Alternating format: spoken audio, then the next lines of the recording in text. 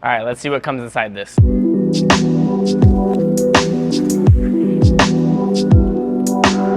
Not bad looking. Comes with a luggage tag.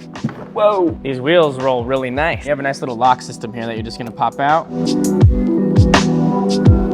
And then it can unzip all the way around. So it looks like when you're just trying to open it up for the first time, this hinge here needs to get used to getting bent a little bit because it doesn't fully want to come down. Zippers seem super nice.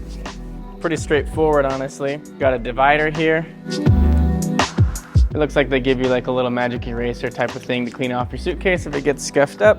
Some manuals, and then the charging cable for the brick. And then in here, looks like this could be for your shoes or dirty laundry, whatever else you want to keep separated right there. You can unfold that.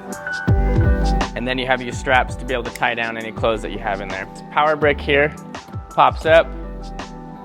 Click it, it comes out pretty easily. This has 2 USBs out and then 1 USB in, but that's USB mini'd in. 10,000 milliamp hours. It's pretty nice because obviously when you're out traveling and stuff, you need to be able to charge your phone or whatever. It's easy storage location. Just, you know where your power is right away.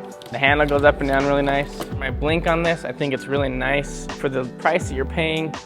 I don't know if it's entirely worth it, to be honest with you, because I got some nice luggage I got from Costco at a little bit cheaper price, but it doesn't have this power brick built in, but I have a power brick that I just keep in my backpack when I travel. Overall, pretty impressed with this luggage. I feel like it's really good quality. It's pretty lightweight. The zippers feel really strong. We'll have to just see how it performs over long-term use, but overall, I feel like it's a winner. Thanks for watching, guys. Hopefully you found this helpful. If you did, please like and subscribe, and we'll see you for the next one.